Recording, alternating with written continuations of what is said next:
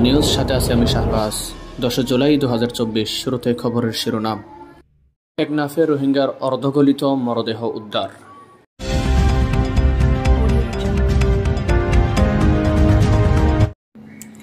কক্সবাজারের টেকনাফ উপজেলার চাকমারকুল 21 নম্বর রোহিঙ্গা ক্যাম্প সংলগ্ন পাহাড়ি এলাকা হতে হাত পা বিচ্ছিন্ন এক রোহিঙ্গার অর্ধগলিত মরদেহ উদ্ধার করেছে পুলিশ। মঙ্গলবার 9 জুলাই সন্ধ্যায় মরদেহটি উদ্ধার করা হয়। নিহতের নাম নাজিম উদ্দিন। তিনি রোহিঙ্গা ক্যাম্প B2 ব্লকের মোহাম্মদের ছেলে। টেকনাফ থানার officer in charge OC Mohammad Usman Goni বলেন, মঙ্গলবার সন্ধ্যায় অজ্ঞাত এক ব্যক্তির অর্ধগলিত মরদেহ পড়ে থাকতে দেখে থানায় খবর দেয় স্থানীয়রা।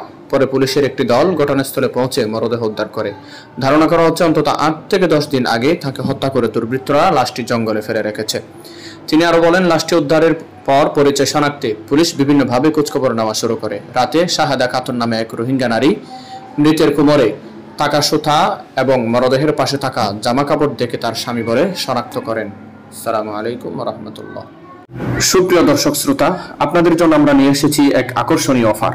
তার আগে যারা এখনো আমাদের চ্যানেলটি সাবস্ক্রাইব করেন নাই, তারা অবশ্যই চ্যানেলটি সাবস্ক্রাইব করে প্রতিনিয়ত আপডেট নিউজ পেতে বেল আইকনটি চালু রাখুন। আপনাদের মধ্যে যারা সক্রিয় নিউজ চ্যানেল না থাকায় বা সন্ত্রাসীদের আক্রমণের ভয়ে গুরুত্বপূর্ণ খবরাখবর থাকা সত্ত্বেও অনলাইনে প্রচার করতে পারছেন না, তারা স্ক্রিনে বা ডেসক্রিপশনে দেওয়া হোয়াটসঅ্যাপ নম্বরে আমাদের সাথে যোগাযোগ করতে পারেন। সম্পূর্ণ গোপনীয়তা বজায় রেখে আপনাদের দেওয়া নিউজগুলো আমাদের চ্যানেলে আপলোড করা হবে ইনশাআল্লাহ।